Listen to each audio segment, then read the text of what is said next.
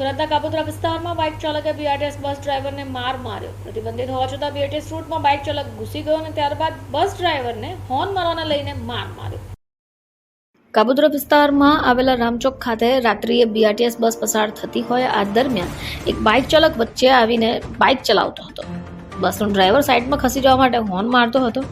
જોકે driver horn મારતો હોવાથી આ બાઇક ચાલક એકદમ બસની વચ્ચે આવી બાઇક મૂકી દીધી અને દાદાગીરી પર ઉતરી આવી.